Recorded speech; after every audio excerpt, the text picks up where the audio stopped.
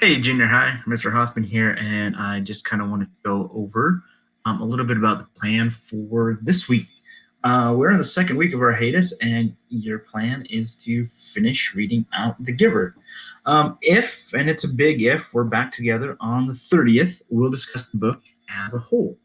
If we aren't, I'd like to do some sort of online discussion through Zoom or Google Hangout. All that stuff is going to get worked out hopefully this week, but that's what's going on. Just first off, a couple of things about The Giver. First off, I hope you're enjoying the book, uh, and some things to kind of consider as you move into the final third.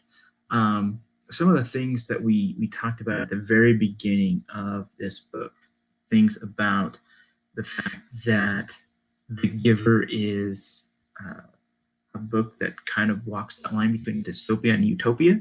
And you were even asked last week, uh, is this a place you would want to live in? Why or why not? Um, and it's going to become increasingly apparent that this is a place that Jonas does not want to live in anymore. He kind of loses his faith in it. And you might ask, why? Why is that? I also pose this question to you, that if you have a society where most people are happy but one person is not, what rights does that one person have to speak out against the system or kind of upend it? And that's a very interesting thing to ask, especially as you get into the final third of this book. You have 6 questions this week. By the way, remember, you do have assignments. You do get grades during this time. So please do your work, earn points, earn grades. We'll try to make this as much like school as possible.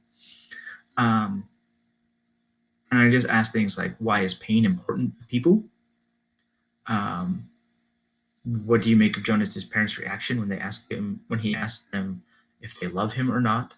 These things will make sense as you read the book.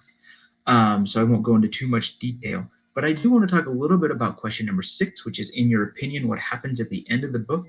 The Giver is pretty famous for having a very ambiguous ending. It does not explicitly say what happens to Jonas and Gabe at the end of the book. Their fate is left up to you, dear reader. So that last one is, what happens? Do they make it? Do they not? And then defend your answer. Make sure you have that in there as well. So hopefully the last third of the book goes well.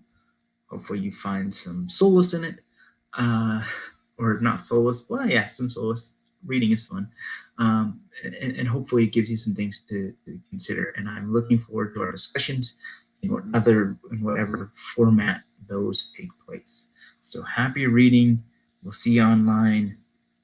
Stay safe and healthy.